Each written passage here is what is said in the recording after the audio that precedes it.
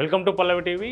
ఉమ్మడి ఖమ్మం జిల్లాలోని ఖమ్మం జిల్లా మధిర నియోజకవర్గం చింతకాని మండలం పాతర్లపాడులో దారుణం చోటు చేసుకుంది. ఇవాళ తెల్లవారుజామున సిపిఎం నాయకుడు, సీనియర్ నాయకుడు, సిపిఎం నేత సామినేని రామారావును గుర్తు తెలియని దుండగులు అత్యంత దారుణంగా గొంతు కోసి హత్య చేసి చంపారు.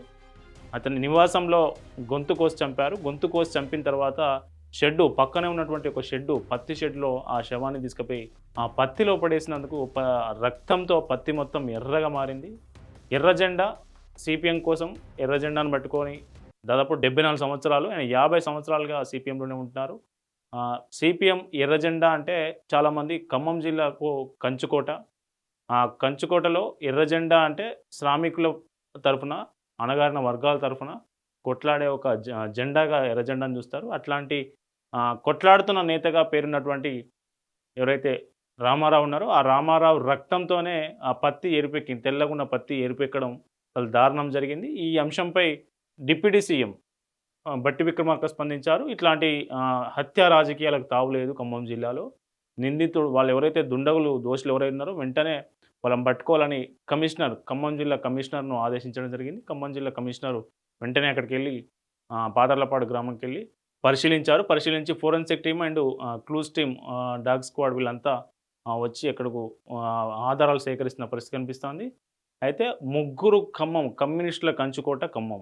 అట్లాగే ముగ్గురు మంత్రులు ఉన్నటువంటి జిల్లా ఖమ్మం జిల్లా.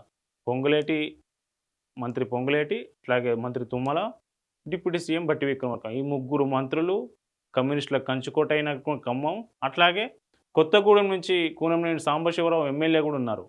ఒక సిపిఎం ఎమ్మెల్యే, అట్లాగే ముగ్గురు మంత్రులు. కమ్యూనిస్టుల కంచుకోటలో ఒక సిపిఎం సీనియర్ నేత హత్య జరగడం ఉమ్మడి ఖమ్మం జిల్లాను మొత్తం ఉలిక్కిపాటుకు గురి చేసింది. మనం ఒకసారి విజువల్ చూద్దాం. సామినేని రామారావు 74 సంవత్సరాలు. ఇటు పాతర్లపాడుకు మాజీ సర్పంచ్గా కూడా పనిచేశారు. దాదాపు 10 ఏళ్ల పాటు మాజీ సర్పంచ్గా ఉన్నారు.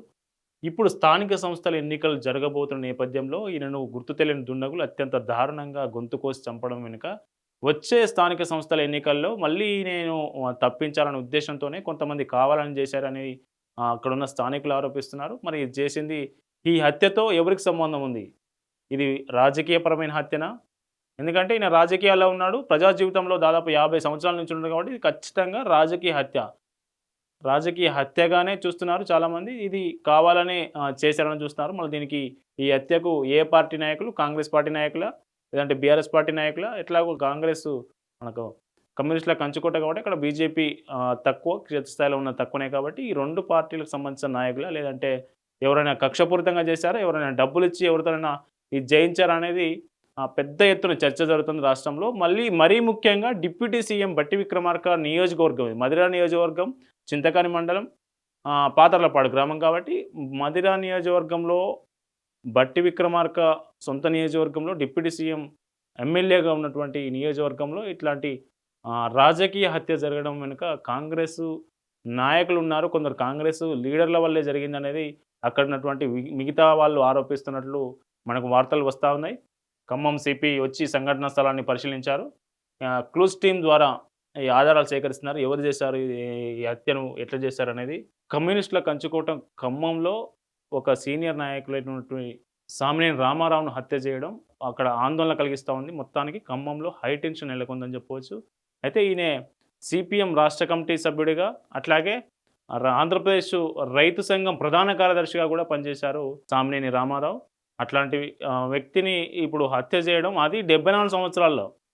అతని వయసు 74 సంవత్సరాలు. ఈ వయసులో అతను ఎవరితో శత్రుత్వం ఉంటారు, ఎవరు హత్య చేసి ఉంటారు అనే దాని కోణంలో పోలీసులు విచారణ చేపడతా ఉన్నారు. మళ్ళీ నిందితులు దొరుకుతారా, నిందితులను పట్టుకుంటారా లేదా అనేది వేచి చూడాల్సిన అవసరం ఉంది.